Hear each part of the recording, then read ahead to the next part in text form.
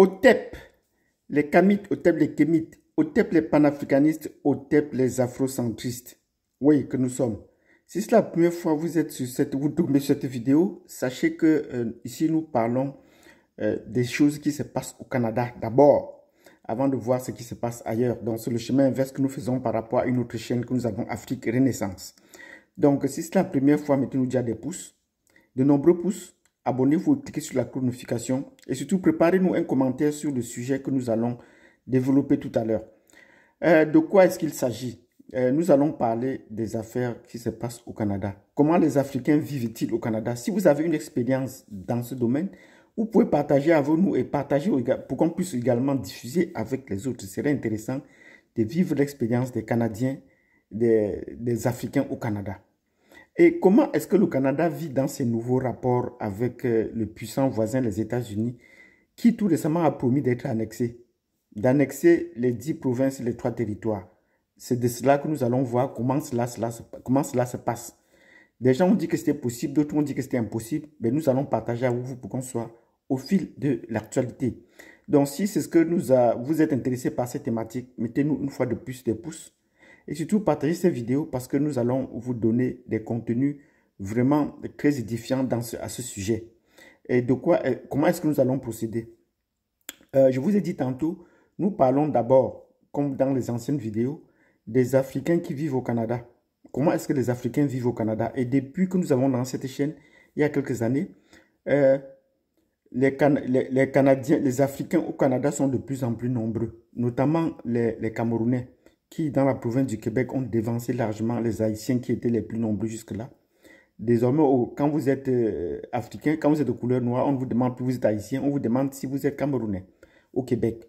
Donc, c'est une réalité. Et les Camerounais eux-mêmes considèrent déjà que le Canada, et même particulièrement le Québec, est devenu la 11e province, la 11e région du Cameroun. Ils considèrent ici la 11e région au Cameroun, ou peut-être la 11e province au Canada. Oui, la 11e province. Donc, c'est comme ça que les Camerounais se considèrent ici, parce qu'ils sont dans presque tous les secteurs. Il n'y a pas une seule ville au Québec où vous pouvez aller ne pas trouver des Camerounais. Même dans les régions les plus reculées, vous allez trouver des Camerounais de toute origine dans ces lieux-là. Il y a également les Béninois et les Ivoiriens qui sont de plus en plus nombreux au Canada. Et ce sont ces 3 pays qui ont été ciblés pour essayer de voir leur processus d'immigration. Pourquoi est-ce qu'ils sont très nombreux? Est-ce qu'il n'y aurait pas eu des fuites ou peut-être des tripatouillages dans le système d'immigration pour qu'ils soient tant nombreux? C'est encore en cours. Et selon les premières enquêtes, il se pourrait que d'ici la fin 2025, on a quelques mois, il y aura beaucoup de rapatriements liés à ces sujets-là parce que les systèmes d'immigration dans ces pays ont connu beaucoup de nombreuses fuites. Ben, l'enquête ne se passe pas là-bas, ça se passe plutôt ici au Canada avec les cas particuliers où il n'est plus facile pour les gens de ces pays-là de s'insérer parce que la procédure est soit annulée, soit elle traîne à longueur. Donc, c'est de cela que nous allons parler dans ces vidéos. Si vous avez une expérience de ce côté, partagez avec nous. Nous allons la diffuser. Et si vous souhaitez participer en direct, n'hésitez pas à nous faire signe et on pourra essayer de trouver un moment pour le faire. Laissez-nous dans les commentaires et nous allons vous joindre.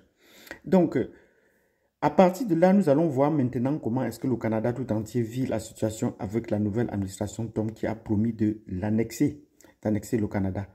On a commencé par les tarifs douaniers et le processus est en cours. Certaines provinces sont déjà partantes pour se rallier au Canada, pour se rallier aux États-Unis. Il ne faut pas être surpris, certaines provinces sont déjà partantes. Ce sont des provinces qui ont été peut-être avant-gardistes de leur souveraineté, qui voulaient se détacher de l'ensemble du Canada. Mais là, dans cette liste de provinces qui veulent se détacher ou qui veulent se rallier aux États-Unis, il n'y a pas le Québec. Le Québec n'est pas dans cette démarche de pouvoir acquérir sa souveraineté ou de pouvoir s'allier aux États-Unis. De façon globale, et dans les vidéos que vous allez suivre, vous allez comprendre que le Québec a besoin de sa propre souveraineté. Mais même sur le plan de sa propre souveraineté, il y a des provinces de l'ouest ou du centre du Canada qui ont pris les devants et qui maintenant, dans les vidéos que nous allons projeter, vous allez voir comment est-ce que ces États de l'ouest et du centre du Canada prennent des initiatives directement avec le gouvernement central, le gouvernement fédéral à Washington pour pouvoir commercer directement sans droit de douane. Donc voilà, pour contourner les droits de douane, certains États pensent que ça pourrait les pénaliser. Et s'il faut attendre Ottawa, Ottawa qui doit attendre de Londres, de la couronne britannique, ça doit traîner, le processus va traîner à longueur de journée. Et ces provinces-là disent qu'Ottawa est dans le processus de lenteur administrative qui les fait attendre depuis des décennies. Donc, c'est ce que nous allons voir sur ces vidéos. Donc, si vous êtes prêts à partager ces contenus, à comprendre l'évolution que nous allons chercher et vous apporter des solutions et vous apporter des propositions et vous faire partager ce que les autres pensent aussi, mettez-nous des pouces, de nombreux pouces et surtout partagez cette vidéo et invitez les autres à se joindre à nous pour qu'on puisse s'édifier de comment est-ce que le monde va. Donc, si vous avez apprécié cette vidéo, vous savez ce qu'il y a lieu à faire. Je vous donne rendez-vous à la prochaine vidéo. Merci.